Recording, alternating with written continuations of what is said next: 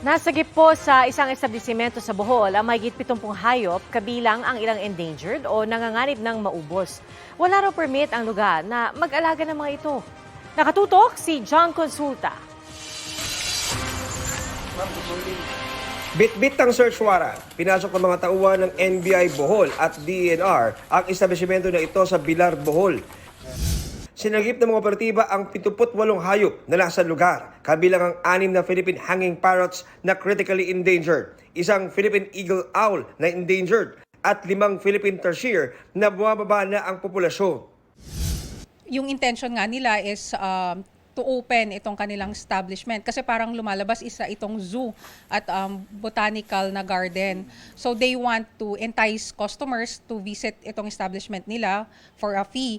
Pero hindi kasi sila nakasecure ng permit from DNR. So lumalabas nga na illegal talaga itong kanilang negosyo.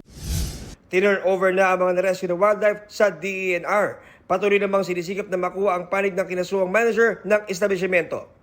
Sinampahan din natin ng 78 counts ng paglabag ng Wildlife Resources and Protection Act ang manager ng nasabing establishmento. Kailangan nating protektohan ito in order din na ma-enjoy ng ating future generation itong ating mga natural na mga resources.